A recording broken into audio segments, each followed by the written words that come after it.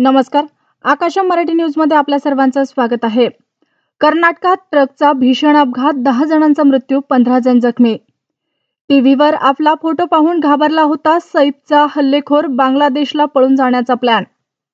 कुंभमेळ्यासाठी दक्षिणा मागत पळवली अंगठी, कांदिवलीतील घटना, समतानगर पोलिसात गुन्हा दाखल.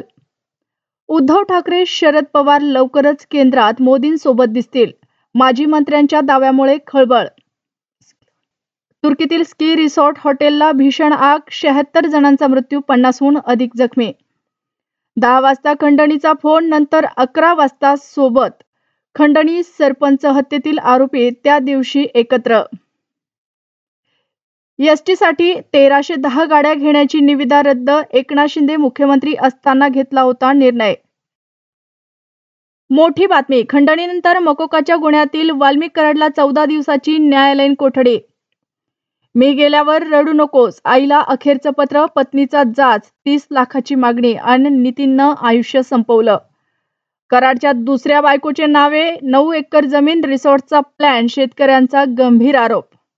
आता महाराष्ट्र थांबणार नाही. देवेंद्र फडणवीसांनी दावोसमध्ये गुंतवणुकीचा खजिना मिळवला, पहिल्याच दिवशी 6 लाख कोटींचे करार.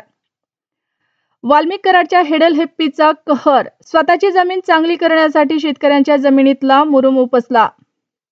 बसची वाट पाहणाऱ्या महिलेला फसवून आडोशाला नेलं, अंधार, सामूहिक अत्याचार, बंगळूर हादरलं. काल कृषी मंत्री म्हणाले, योजनेत 2-4% भ्रष्टाचार चालतो. आता विखे पाटील म्हणतात, वाळूचे ट्रक, आपल्याच लोकांचे नव्या वादाला तोंड फुटले. वाशिमच्या कारंजा पोहा मार्गावर 3 वाहनांचा विचित्र अपघात, 3घांचा जागीच मृत्यू, 9 गंभीर जखमी.